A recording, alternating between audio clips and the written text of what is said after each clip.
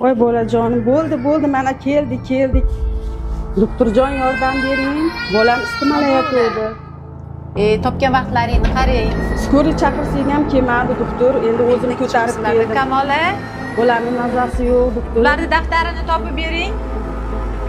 Qaysi mahalladan ekan, opa? Qaysi mahallada o'tirasiz? Qo'rg'onchadan. Qo'rg'oncha ekan. Bolasini familiyasi nima ekan? Familiyasini ayting. Yasminaxon, bo'la qoling opa. Qodirjonova Yasminaxon ekan. Topsham qiyin-da. Ashuncha aholi bor, qaysi biriga nima qilaman? Bolam istimalayapti, bo'la qoling opa.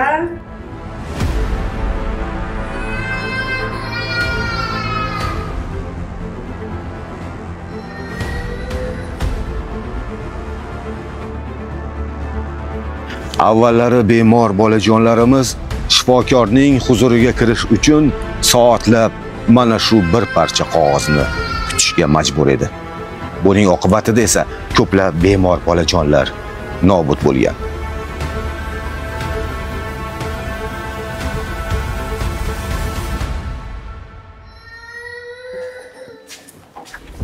Mana opa kartasi.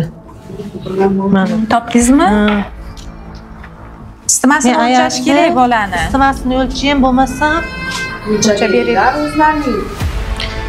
Voy, muttahamgina xotin ekansiz, keling.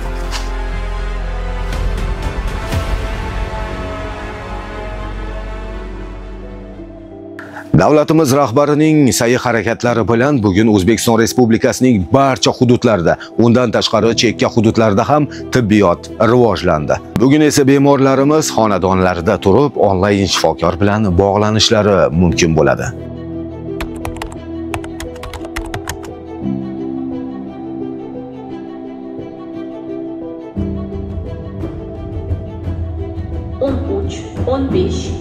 vaqtiga yozilgan bemor. 9-xonaga o'tishingizni so'raymiz.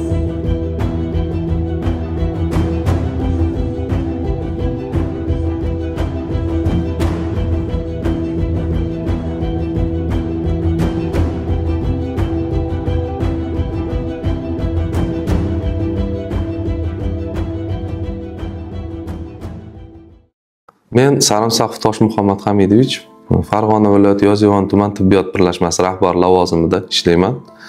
Bu lavozimga 2021-yilda tayinlanganman.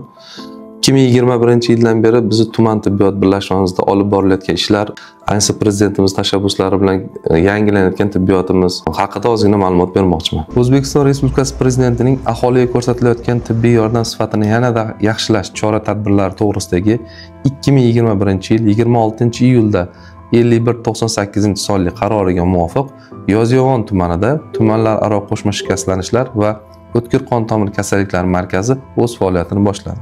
Hozirgi kunda markazimizda Jahon banki tomonidan 34 turdagi zamonaviy tibbiy asbob-uskunalardan 20 turdagi apparat, bularning ichida 2 milliard 500 million so'mlik MSKT apparati, 2 milliard 200 million so'mlik zamonaviy sifroviy rentgen apparati hamda video bronxoskop, video gastroskop, 805 million so'mlik diagnostika laboratoriya apparatlari olib kelib o'rnatilib, hozirda faoliyatini amalga oshirmoqda. Bu markazimiz qurilgunga qadar Yozyovon tumanida shu kungacha 700 yilida 700-800 ta jarrohlik amaliyotlari amalga oshirilar edi. Markaz qurib bitkazilib ishga tushgandan keyin Farg'ona viloyatining Marg'ilon, Qo'shtepa, Toshloq tumanlariga bundan tashqari Andijon-O'sh yo'lini 66 kilometr Yozyovon tuman hududidan o'tganligi uchun bu yerda bo'ladigan turli ko'ngilsiz avtohalokatlar, shoshilinch holatlarda kelgan bemorlarga xizmat ko'rsatishni boshladi.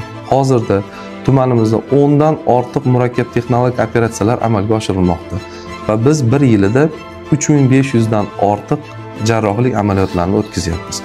Bizda hozir gemodializ bo'limi tashkil etilgan bo'lib, hozirda bizni markazga murojaat qilayotgan dializ bo'yicha murojaat qilayotgan har bitta bemorga bepul tibbiy xizmat ko'rsatish tashkillaganmiz. Hozirda bu apparatlarimiz ham soni 3 ta, jami 90 ming yevrolik apparatlar olib kelib o'rnatilib, bu bo'lim ham o'z faoliyatini boshlagan. onalar salomatligini yaxshilash, chaqaloqlar onalar salomatligini yaxshilash, homilador ayollarga tibbiy xizmat ko'rsatish sifatini yanada yaxshilash maqsadida 2023-yilda investitsiya dasturi orqali 14 milliard 800 million so'm mablag'ga bolalar reanimatsiyasi, tug'ruq komplekslari va unga yondosh barcha bo'limlar to'liq rekonstruksiyadan chiqarildi.